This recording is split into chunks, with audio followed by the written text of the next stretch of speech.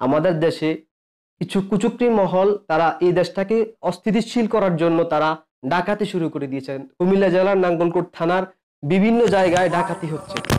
আপনারা এখন শুনতে পাচ্ছেন বিভিন্ন জায়গায় মসজিদের মাঝে মানুষদেরকে সতর্ক করা হচ্ছে যাতে তারা সেফ থাকে, সতর্ক থাকে, কোনো অপরিচিত লোককে দেখতে পেলে তাকে যাতে অ্যাটাক করে, অ্যারেস্ট করে এবং তাকে নিকটস্থ থানায় দিয়ে দেয়।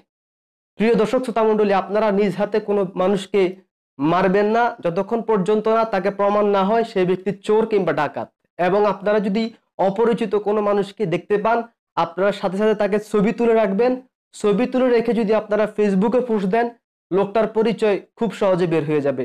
আপনারা সরাসরি তাকে দেখতে পেলে লাইভে চলে আসবেন ফেসবুকে। এবং আপনারা যদি এরকম কোনো অসঙ্গতিপূর্ণ অবস্থায় পৌঁছেন তাহলে আপনারা অবশ্যই পুলিশকে কল দিবেন। পুলিশের নাম্বারে 999-এ যদি কল দেন তাহলে পুলিশের কাছে সরাসরি আপনারা কল দিয়ে বিস্তারিত বলতে পারবেন। পুলিশ আপনাদেরকে এসে সেভ করবে। অথবা আপনারা সেনাবাহিনীর কাছে কল দিতে পারেন। এই অবস্থাতে আপনারা কোনো মানুষকে নিজ হাতে মেরে এই দেশকে অস্থিতিশীল তৈরি করবেন না।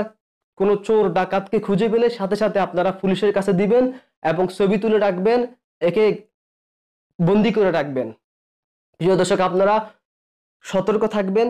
সব জায়গাতে চুরি ডাকাতি হচ্ছে, যাতে করে আমাদের দেশটাকে আমরা সেফ রাখতে পারি, এই অস্থিতিশীল দেশ তৈরি করতে না পারে, সেজন্য আমরা সকলে সতর্ক হব।